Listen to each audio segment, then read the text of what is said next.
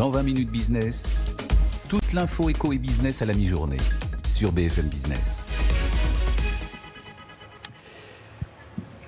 Voilà, 13h, bientôt 13h30 sur BFM Business. On est ensemble toujours à Toulon pour cette journée spéciale, Lorraine. Mais oui, de la sur Tour de France. Le Tour de France de la reprise. Voilà, c'est la 7e, la 8e, on les compte La plus. 7e. La 7e, décidément. 120 minutes ici en direct de Toulon, à l'espace Chalucet, à la rencontre de celles et ceux qui font la réputation, qui dynamise le territoire. Qui dynamise le territoire, j'en permets moi effectivement. On a parlé de quoi depuis le début, depuis une heure et demie? On a parlé sport. On a parlé sport. On a parlé marine. Ouais. On a surtout parlé en sous-jacent innovation, bonnes idées. On a parlé travail et notamment pénurie de main-d'œuvre. Et on vient de parler culture. On a parlé culture, on a parlé tourisme. Vous savez quoi? On va faire la synthèse un petit peu de tout ça. Voilà, on va accueillir nos invités suivants, Basile Gertis notamment qui est avec nous. Bonjour Monsieur Gertis, je vous demande de prendre le micro. Bonjour Monsieur Gertis. Bonjour. Vous êtes président de la CCI, la Chambre de commerce et d'industrie du Var. Alors voilà, on a vu se défiler ici les acteurs, on a vu défiler les acteurs qui font la réputation, l'attractivité. Le Var aujourd'hui, en termes d'attractivité, c'est quoi aujourd'hui? Et ça doit être quoi pour vous demain, Monsieur Gertis, fondamentalement? Le Var, c'est un département qui est très très dynamique au niveau de sa démographie déjà. Rappelons que depuis 68, la population a doublé. C'est 1 million de... Un peu plus d'1 million, 1 million, 1 million de personnes, 67 000. Voilà, donc... un département donc, qui compte énormément d'entreprises familiales, un département qui est à la fois rural, tourné bien sûr vers la mer. Nous avons le plus grand port militaire d'Europe. Et également donc, de la high-tech, de l'innovation, de la transition écologique, du tourisme. Sans oublier bien sûr le rosé. Sans oublier le rosé évidemment. Mais oui, parce qu'en matière de rosé, on bat des records absolus. Nous sommes le premier producteur de rosé dans le monde. Mais bien sûr, il était bon de le rappeler. Alors, l'économie du Var, il y a des forces et des faiblesses. Certains disent il y a une prédominance de petites entreprises de moins de 10 salariés finalement. Est-ce que c'est pas une faiblesse ça, finalement, pour vous? Je ne pense pas. Est-ce qu'à l'instar des départements, régions limitrophes, on se dit, avec le temps, on ne voit pas émerger des grands acteurs véritablement représentatifs de la région, de la métropole? Pour vous, c'est pas il y a beaucoup d'innovations, beaucoup d'entreprises familiales qui sont ancrées sur le territoire et donc il y a un potentiel de croissance donc justement très important. Après, nous avons quelques champions nationaux, voire mondiaux également, dans le domaine du sport, de l'automobile, de l'industrie aussi. Vous dites, comment on va faire pour créer encore plus de richesses, encore plus de valeur, encore plus d'emplois dans les prochaines années? Sur quoi la métropole doit s'appuyer pour vous? Sur quoi le département? Je pense que la création de richesses, elle passe avant tout par un peu plus de communication et également un petit peu plus de mise en relation entre les entreprises, plus de connaissances, s'ouvrir un petit peu vers l'extérieur.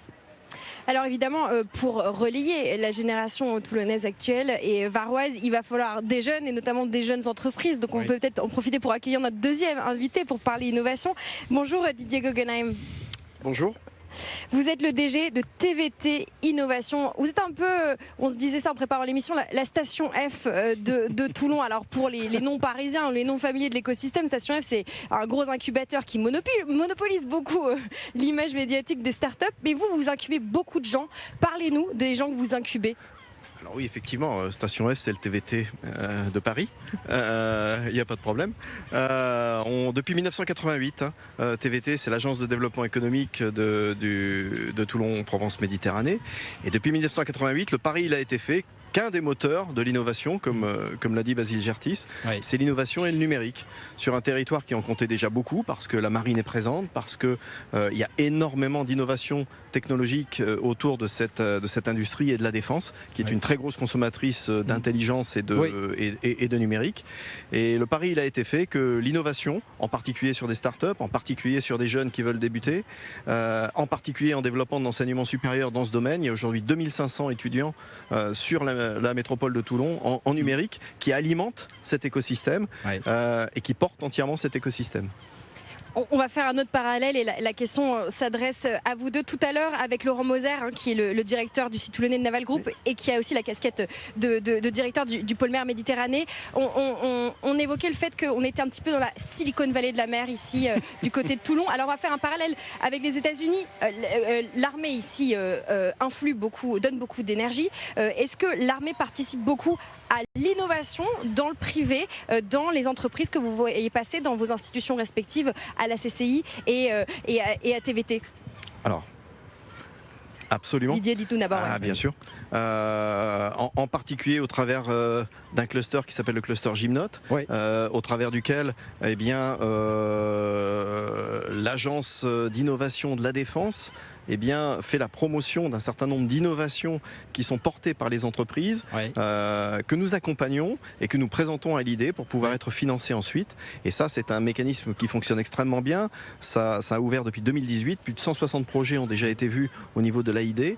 Et ça permet véritablement de faire passer l'innovation du laboratoire, je vais dire, de la start-up jusqu'à l'application. Est-ce qu'on peut citer quelques-unes de ces innovations marquantes des dernières années quand même Quelques innovations marquantes, alors je vais peut-être pas prendre celles directement qui sont issues de l'AID, mais des innovations marquantes, des start-up qui ont émergé. J'en vois une par exemple que vous avez rencontrée ce matin, qui est Égérie dans le domaine de la cybersécurité, qui a développé des systèmes qui permettent de gérer le risque cyber. Nous avons également quelques belles PME qui font ça, comme Swello, qui aujourd'hui gère par exemple les réseaux sociaux des ministères parisiens. Et c'est une PME toulonnaise qui a développé cet ensemble de choses. Alors ça, c'était pas directement lié à la défense, mais très typiquement, vous avez ici deux exemples parmi d'autres qui, bien sûr, il y en aurait de nombreux à citer, mais comme ça... Vous allez faire des jaloux après. Basile Gertis, il y a un autre secteur sur lequel on est en train d'accélérer. Alors c'est l'énergie, évidemment, la transition énergétique et l'hydrogène. Je voyais ça, il y a pas mal de projets en matière d'hydrogène dans le département. Racontez-nous ça. Oui, le Var est un département très ensoleillé. C'est pour ça que souvent je parle de Californie d'Europe. Donc qui dit soleil... On ne connaissait pas celui-là. Californie d'Europe. Voilà. Nous avons l'armée, nous avons les vignes, nous avons la douceur de vivre. Voilà. Donc il y a beaucoup de soleil et de ce fait, donc c'est un département où il y a beaucoup de champs photovoltaïques. Et comme vous le savez, donc l'énergie, elle est difficile à stocker. Et justement, l'hydrogène permet de stocker l'énergie produite donc par les champs photovoltaïques. Et donc le département a de nombreux projets, y compris sur des applications mobilité, sur le circuit donc Paul Ricard autour de la zone industrielle de Signes, donc des sociétés qui se spécialisent notamment dans la fabrication de réservoirs pour l'hydrogène, des réservoirs en composite, également des écuries de course. Donc, mais également sur le domaine maritime, par exemple, avec un électrolyseur qui permettra donc de fournir de l'électricité aux bateaux. Voilà, donc un tas de projets, sans oublier bien sûr les pompes à chaleur. Sur l'hydrogène, il y a quelques pépites dont le nom m'échappe, mais que j'ai vu passer. Il y a quelques pépites, quelques startups là qui commencent à vraiment se distinguer chez vous. Donc il y a donc Green GT, par exemple. Exactement, tout à fait, donc qui a développé une voiture de course, un proto, donc qui fonctionne avec une pile à combustible. Le premier camion aussi de la supply chain du groupe Carrefour a été équipé donc avec un moteur hydrogène. Alors il émet de l'eau, donc c'est très marrant. Donc c'est ce qui leur permettra demain aussi de rentrer dans les centres-villes. Donc il y a de véritables enjeux par rapport à cela. Mais la transition écologique ne s'arrête pas là, c'est pas que de l'hydrogène, il y a aussi l'électrification au niveau des quais. Donc nous serons le premier port en Europe et en Méditerranée à être 100% électrifié d'ici la fin de l'année. Donc chaque emplacement bateau de croisière ou ferry sera doté donc de potences qui amèneront donc l'électricité à bord pendant les escales. On voit germer ici une grosse conscience aussi autour du développement durable comme un des leviers de la compétitivité du département et de l'ensemble de la région. Donnez-nous quelques exemples, peut-être Didier, d'entreprises ou disons de projets qui mettent comme ça ce développement durable, la protection de la nature, l'innovation au service de l'écologie qui vous viennent en tête. Une fois de plus, sans faire de jaloux, mais faites-nous un peu saliver sur la capacité d'innovation de la région. Alors, il y a de nombreuses PME qui permettent de le faire. Le Green, vous savez, il s'invite dans le nom de très nombreuses PME, Green GT, Green Holoco, des gens qui développent des circuits courts de développement.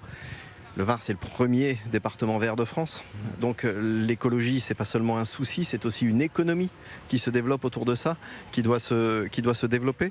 Effectivement, c'est tout ce qui concerne l'électrification du port. Il y a également tout ce qui concerne la gestion des déchets et la production dans des centrales locales pour de l'hydrogène, mais pas que pour de l'hydrogène également. Je suis obligée de vous poser les questions parce que jusqu'à présent nous n'avons reçu que des hommes et heureusement la dernière partie de l'émission accueillera 2 femmes varoises pour porter un petit peu quand même un peu de féminin à cette émission. Quelle est la place des femmes dans l'innovation et chez vous à la CCI Var? Est-ce qu'il y a des patronnes femmes? Absolument, et ma première vice-présidente est une femme. Elle est présidente adjointe de l'Union patronale du Var, qui est aussi la plus grande de France, d'ailleurs, je le souligne, qui a le plus d'adhérents. Voilà, donc nous avons un bureau qui est notre organe de gestion, de contrôle, qui est paritaire. Nous avons des membres associés qui sont également en nombre paritaire. On a une représentativité territoriale également. Donc, Didier Gonheimer. Alors moi je peux prendre le relais parce que j'ai eu le bonheur de diriger pendant 10 ans une école d'ingénieurs en électronique qui se trouve ici, qui s'appelle l'ICEN. Et quand j'ai pris la direction de TVT, j'ai cédé ma place à une femme qui dirige aujourd'hui l'Institut supérieur d'électronique et du numérique sur Toulon. Donc voilà, très typiquement un exemple. Basile Gertis, alors vous êtes en poste depuis quelques mois à la CCI, à la présidence de la CCI du Var. Vous le dites, et c'est bien légitime, et c'est bien normal, on veut faire venir des entreprises, on veut faire venir des écoles même, des États-Unis, pourquoi pas, des écoles américaines. Comment est-ce qu'on fait pour faire venir plus d'entreprises, plus d'écoles? Comment est-ce qu'on vend la destination Var sur le plan Je crois qu'on a la réponse aujourd'hui sur ce plateau. Déjà, nous avons un climat agréable. Il y a vraiment une qualité de vie qui est très importante. Il y a aujourd'hui beaucoup de gens qui arrivent dans le Var. Est-ce que ça suffit de vendre la qualité de vie aujourd'hui? Non, mais surtout après cette pandémie, je pense que la qualité de vie est nécessaire pour performer aussi dans le travail. Il ne faut pas opposer les deux. Je crois qu'on travaille bien, on est créatif notamment, lorsqu'on se sent bien. Donc c'est un point important. Après, nous avons toutes les infrastructures nécessaires. Nous avons de la place également. Donc il y a à peu près tous les ingrédients aujourd'hui pour réussir. Foncier pas cher plus cadre de vie. C'est le bon cocktail, vous diriez ça comme ça aujourd'hui ou pas? Je ne dirais pas que le foncier n'est pas cher, puisque nous sommes un petit peu aussi victimes de notre succès. Il se renchérit de plus en plus, mais il reste de la place. Et voilà, donc il y a des infrastructures, je parlais de Californie tout à l'heure, mais qui sont exemplaires. On a parmi les meilleures infrastructures au monde, dans tous les domaines, y compris de la santé. Didier Gonheimer, même question. Comment est-ce qu'on fait les entreprises sur un dispositif qui est à taille humaine, et la taille humaine ça apporte pas simplement une qualité de vie, ça amène aussi une efficacité, parce qu'on se connaît, parce qu'on n'est pas noyé dans une mégapole, parce que les gens se parlent, la communication dont parlait Basile Gertis, la CCI, on travaille ensemble, bien sûr TVT et la CCI, il y a une proximité qui donne une efficacité aussi, une réactivité, et je pense que aujourd'hui ce que recherche au-delà effectivement d'un cadre de vie qui est tout simplement exceptionnel, il recherche aussi cette efficacité et cette réactivité. Alors, tout n'est pas que question de taille, on peut être réactif, mais on arrive ici à avoir, je pense, une réactivité et une réponse aux attentes des entrepreneurs qui est supérieure. Je vous pose la question parce que c'est ce que je lis en préparant cette émission. J'ai lu ce que disaient beaucoup d'acteurs économiques sur le Var. Une phrase qui revient souvent, c'est: le Var a toujours été un département un petit peu timide, un petit peu modeste. Est-ce que vous sentez que ça c'est fini, qu'on est passé à autre chose véritablement aujourd'hui? Je crois que le Var est en train de s'ouvrir au monde, pas que au niveau des autres départements, mais à la France entière et à l'Europe. L'Europe joue un rôle essentiel aussi dans le développement d'un territoire comme celui du Var. Et donc non, je pense que bien sûr qu'il y a encore un petit peu de timidité. Il y a des différences entre le littoral et le Haut-Var. Ce sont des sociétés différentes, l'une beaucoup plus rurale, l'autre tournée plus vers le tourisme, la mer, l'industrie, la high-tech. Mais petit à petit, donc, on sent cette vitalité qui est vraiment forte. Qui est en train de s'affirmer, absolument. On va devoir conclure. Un mot quand même sur cette pénurie de main-d'œuvre qui vous touche, mais vous n'êtes pas le seul département. Une phrase, chacun dites-nous, comme une solution, un message à faire passer. Vous captez quand même l'état d'esprit de beaucoup de patrons et de patronnes, dites-nous. J'ai envie de dire venez, parce qu'effectivement la pénurie de main d'œuvre elle est là, mais on a les moyens pour former, on a les moyens pour accueillir, on a les moyens pour accompagner, tout ça une fois encore de façon efficace, et les collectivités ont pris conscience de tout cela, les institutions ont pris conscience de tout ça, les mécanismes se mettent en place pour essayer de passer au-delà de cette pénurie de main-d'œuvre qui frappe par exemple effectivement l'industrie du tourisme assez fortement, la restauration, du mal à trouver tout ça. Eh bien, on met en place les dispositifs qui permettent, et ici, une fois encore, je parlais de la réactivité il y a quelques instants, on a la capacité de le faire parce qu'on a aussi une tradition d'accueil et qui est importante. Basile Gertis, en quelques mots là-dessus. Je crois que une des priorités, c'est de mettre les gens en relation. Il y a d'un côté des gens qui ne travaillent pas, qui cherchent un emploi. Il y a de l'autre des sociétés qui ne trouvent pas de collaborateurs. Souvent, c'est parce que les deux ne se connaissent pas, ne se rejoignent pas. Donc voilà typiquement d'ailleurs le rôle d'une CCI. Au-delà de ça, il y a aussi un problème de formation. Les jobs qui sont recherchés par les entreprises ne correspondent pas à l'offre. Donc il y a des efforts en termes de formation à faire, que ce soit post-bac ou même au niveau de métiers manuels. Il y a une très très grande pénurie puisque le monde du service explose. Donc il y a une très forte demande. Mais je dirais là aussi, il ne faut pas voir le verre à moitié vide. C'est quand même positif parce qu'il y a moins de chômeurs. Exactement.